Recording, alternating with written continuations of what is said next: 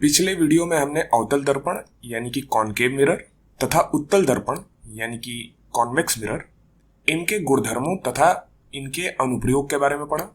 और आकार के आधार पर लोग आमतौर पर दो प्रकार के दर्पणों की बात करते हैं। एक है परवलयाकार दर्पण और दूसरा है गोलाकार दर्पण। परवलयाकार दर्पण को इंग्लिश में पैराबोलिक मिरर तथा गोलाकार दर्पण को इंग्लिश में स्फेरिकल मिरर कहते हैं। इस वीडियो में हम जानेंगे कि ये क्या है और इनका उपयोग कहाँ किया जाता है। मान लीजिए कि आप एक अवतल दर्पण बनाना चाहते हैं, कॉनकेव मिरर बनाना चाहते हैं, जो प्रकाश की सभी समांतर किरणों को एक बिंदु पर केंद्रित कर सकता है।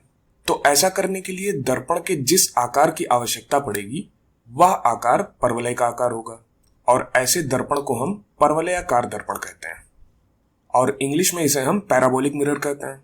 यदि आप नहीं जानते कि परवलय का अर्थ क्या है तो इसके बारे में चिंता न करें, यह सिर्फ एक नाम है जो हमने इस विशेष आकार के दर्पण को दिया है। सामान्यतः परवलयाकार दर्पण वे दर्पण होते हैं जो किसी एक परवलय का हिस्सा होते हैं। आप इसे परवलय के एक बड़े हिस्से से बना सकते हैं या फिर परवलय के बहुत छोटे हिस्से से भी बना सकते हैं, लेकिन बस ये परवलय का ही एक हिस्सा होना चाहिए। तो ऐसे दर्पण को हम परवलयाकार दर्पण कहेंगे। वैसे यहाँ हम एक अवतल दर्पण को देख रहे हैं, लेकिन यही बात उत्तल दर्पण पर भी लागू होती है।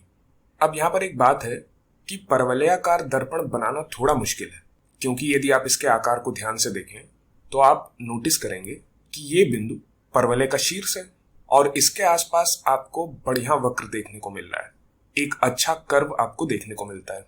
लेकिन जैसे जैसे आप शीर्ष से दूर जाते हैं वैसे वैसे ये सपाट होता जाता है, फ्लैट होता जाता है। उदाहरण के लिए यदि यहाँ पर देखें तो इसका आकार काफी सपाट है और यहाँ पर भी देखें तो इसका आकार काफी सपाट है। क्या आप देख पा रहे हैं? तो शीर्ष के पास अच्छा वक्र बनता है और जैसे जैसे आप दूर जाते हैं या सपाट होता जाता है, फ्लैट होता जाता है। तो परवलय के आकार का दर्पण थोड़ा विचित्र आकार का होता है और इसे सही ढंग से बना पाना काफी मुश्किल है, यानी कि दर्पण को ठीक परवलय के रूप में बना पाना काफी कठिन है। लेकिन क्या आप जानते हैं कि वह कौन सा आकार है जिसे सबसे सटीक रूप से बनाया जा सकता है?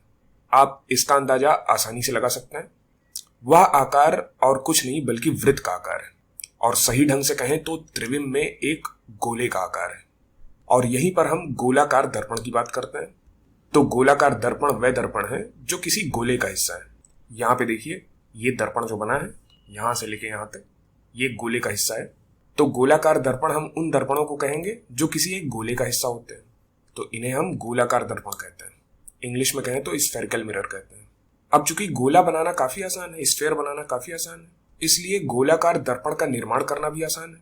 लेकिन यहाँ पर एक बात है, अभी हमने देखा कि परवलय के आकार के दर्पण की ही हमें आवश्यकता है, क्योंकि यही वह आकार है जो सभी समांतर प्रकाश किरणों को एक बिंदु पर केंद्रित करता है।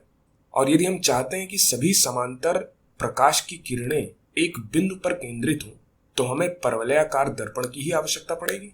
लेकिन बात यह है कि यहाँ पर गोलाकार दर्पण में क्या होगा। तो आइए कुछ समांतर किरणें लेते हैं और देखते हैं कि क्या होता है। तो यहाँ पर ये समांतर किरणें आईं और ये दर्पण से टकराकर देखिए यहाँ पर केंद्रित हुई और भी बहुत सारी जगह केंद्रित हो रही हैं।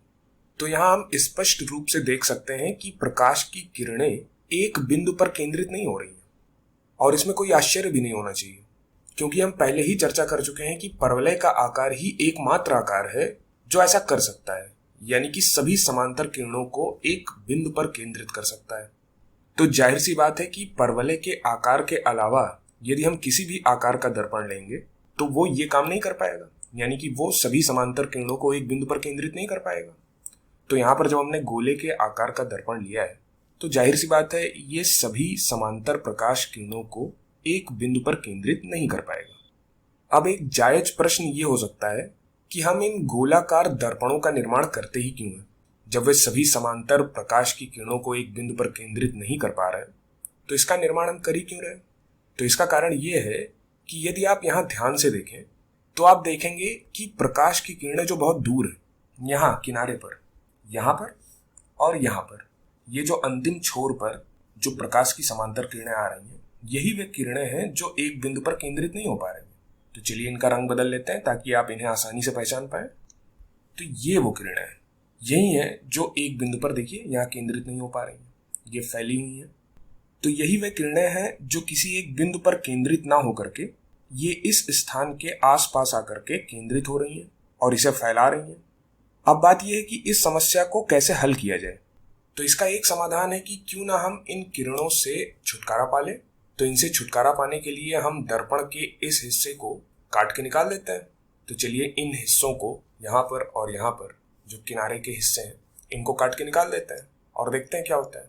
तो यदि हम इनको काट के निकाल दें तो हमने इन किरणों से छुटकारा पा लिया जो समस्या कर रही थी, जिन्हें हमने बैगनी रंग से दिखाया था। अब हम देख पा रहे हैं कि ये समांतर प्रकाश की किरणें जहां पर केंद्रित हो रही हैं वह स्थान पहले से अधिक स्पष्ट हो गया है। ये पहले से अधिक पैना हो गया है, शार्प हो गया है, क्योंकि हमने उन अतिरिक्त किरणों से छुटकारा पा लिया है।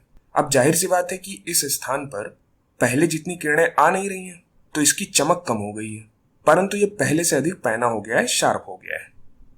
अब यदि मैं आपसे पूछूं कि इस स्थान को यदि और पैना करना है और शार्प करना है तो क्या करना होगा, तो आप अंदाजा लगा सकते हैं। तो यदि इसे और पैना करना है तो हमें इस दर्पण के छोर वाले हिस्से को और काट के हटाना पड़ेगा। तो चलिए करते हैं इसे।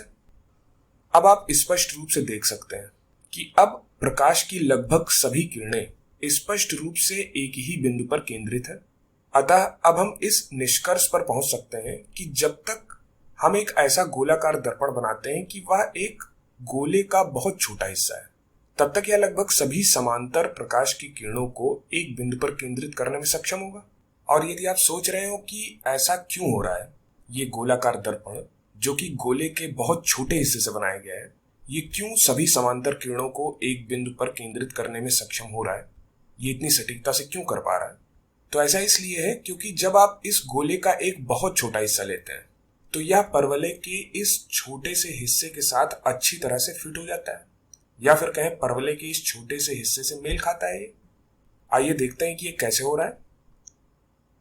तो यदि हम इस छोटे से गोलाकार दर्पण को लें और इसे इस परवलय पर रखने का प्रयास करें, तो आइए करके देखते हैं। तो यदि इसको हम लें और यहाँ पर ले जाएं, इसे यहाँ पर रखने का प्रयास करें, तो यहाँ पर हम देख पा रहे हैं कि यह परवलय के इस हिस्से से काफी हद तक मेल खा रहा है और इसीलिए यह एक परवलयाकार दर्पण की तरह व्यवहार करता है और प्रकाश की लगभग सभी समांतर किरणों को एक बिंदु पर केंद्रित करने में सक्षम होता है। लेकिन यदि हम गोले के बड़े हिस्से से गोलाकार दर्पण बनाएं और इसे यहाँ फिट करने की कोशिश करें, तो आप देख पा रहे हैं कि अब दोनों आकार बहुत हद तक मेल नहीं खा रहे हैं। हालांकि इसे मैंने बहुत सटीकता से नहीं बनाया है, लेकिन आप देख पा रहे हैं कि अब ये जो पहले परवलयाकार दर्पण बना था और ये बड़ा सा गोलाकार दर्पण, ये काफी हद तक मेल नहीं खा रहे। तो यदि इस पूरी कहानी को संक्षेप में कहें तो अगर हम सटीकता यानी कि एक्यूरेसी की ज्यादा परवाह नहीं करते हैं और हमें अत्यधिक छोटे दर्पण को लेने से कोई समस्या नहीं है, तो हम गोलाकार दर्पण का उपयोग कर सकते हैं। क्योंकि गोलाकार दर्पण को बनाना आसान भी है और इसी वजह से ये काफी सस्ते और सुलभ होते हैं। अतः ये शैक्षणिक उद्देश्यों के लिए एकदम सही है और इसीलिए संभवतः आप इनका उपयोग प्रयोगशाला में भी करते हैं। लेकिन यदि आप वैज्ञानिक प्रयोजनों के लिए एक विशाल अंतरिक्ष दूरदर्शी का निर्माण करना चाहते हैं, जहां आप अत्यधिक दूर स्थित आकाशगंगाएं और तारों को देखना चाहते हैं, तो आप एक ऐसा दर्पण चाहेंगे जो जितना संभव हो सके उतना सटीक हो और आकार में भी काफी बड़ा हो। तो ऐसी परिस्थिति में यदि बजट की समस्या नहीं है या फिर कहें पैसे की कोई समस्या नहीं है, तो हम परवलयाकार दर्पण को चुनेंगे। तो उम्मीद करते हैं कि ये वीडियो आपको समझ में आया हो।